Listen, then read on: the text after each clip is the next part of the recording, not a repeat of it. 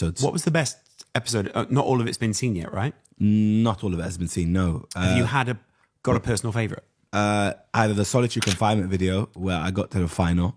Sorry for the spoiler. If you haven't watched it, it came out like 4 weeks ago. You were pretty good in that, though. I was pretty good in that, I feel like you'd be good in solitary. I was in a solitary confinement for 24 hours and I kept having to hear Nico say, by the way, the edit didn't show, but he was doing it for about an hour.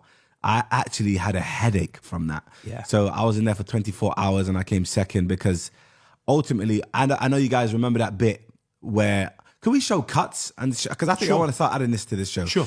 So let me show you this clip right now I'm talking about.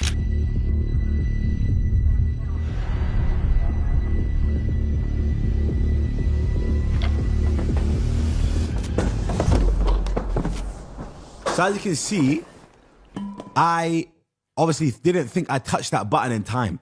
So when I've dropped, I fell on the floor. I stayed on that floor for about 15 minutes. No one knows, of course, because it's not shown in the edit. But I thought I didn't touch the button in time.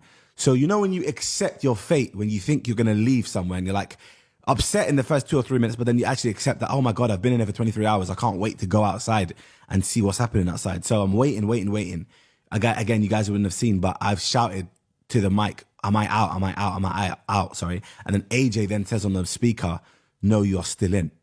So I said, oh my God, amazing. You know what I mean? So then I stayed in, but then I didn't want to stay in anymore because I was like, I accepted being out. Accepted where you are. You know what I mean? Yeah.